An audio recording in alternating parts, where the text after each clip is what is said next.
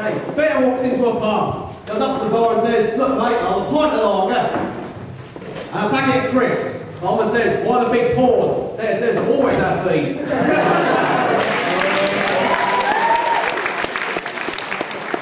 Yeah, great things, pubs. For those of you who don't know, I turned 18 a couple of weeks ago, so I'm leaving and drinking them. Yeah, my local's the Royal Oak. We get a whole range of characters in there. A couple of them are sad, lonely men who are unhappy with their physique. Like this one guy I met a while back. He was sitting next to me at the bar, and I was a bit depressed because I had a very bad day. So he turns to me and he says, here mate, do you fancy a bit of music? And I say, yeah, alright. So the guy reaches into a bag at his feet, and he brings out a piano about the size of a cat, and a very small man.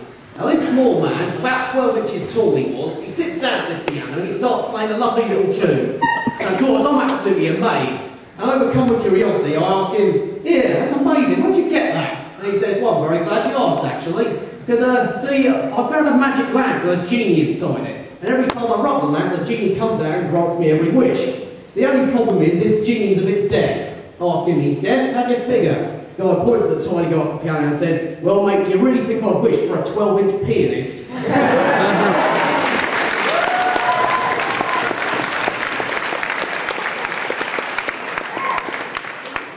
Do you know the one about the magic tractor? It turns into a field.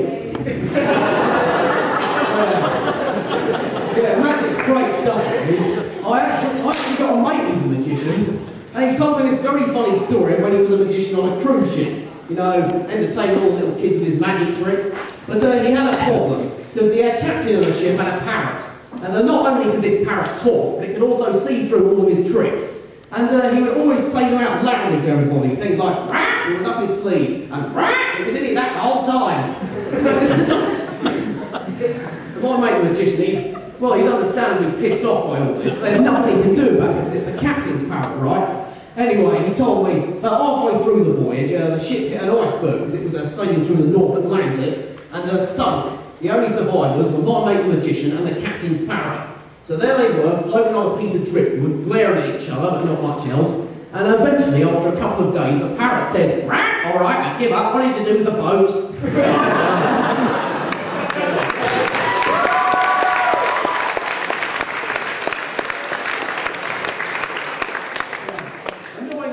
That parrot was a very smart bird.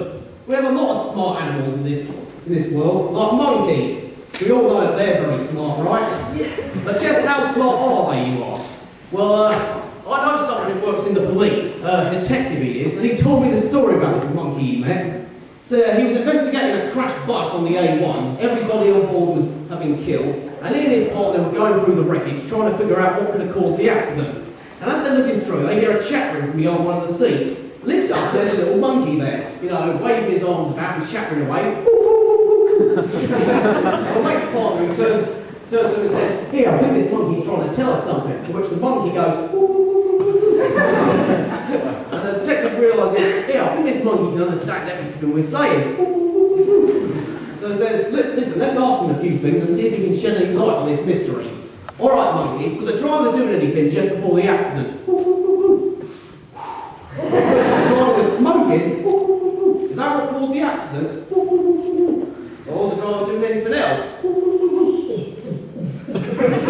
The driver was drinking. Is that what caused the accident? Or was the driver doing anything else? The driver was dancing. Is that what caused the accident? So the driver was smoking, drinking and dancing, and none of those caused the accident. Well, where were you when all this was going on?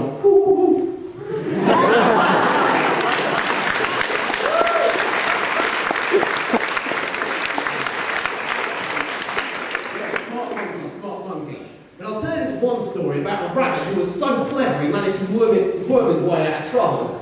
I know someone who works in the butcher's and he told me the story, right? It was just a normal day for him when suddenly this rabbit comes into the butcher's and says to him, got any carrots? But he says, no, this is a butcher's, we serve meat. Go to the greengrocer's across the street and he'll give you some carrots. So rabbit leaves. Rabbit comes in the next day, got any carrots? The butcher says, no, this is a butcher's, we serve meat. Go to the greengrocer's across the street and he'll give you some carrots. Rabbit leaves.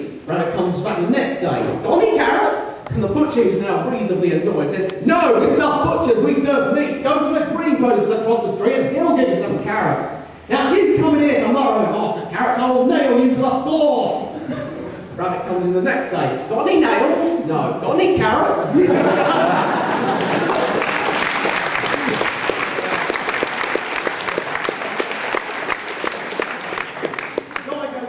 With a steering wheel down his trousers. Doctor says, "How'd that happen?" Guy says, "I don't know, it's driving me nuts." So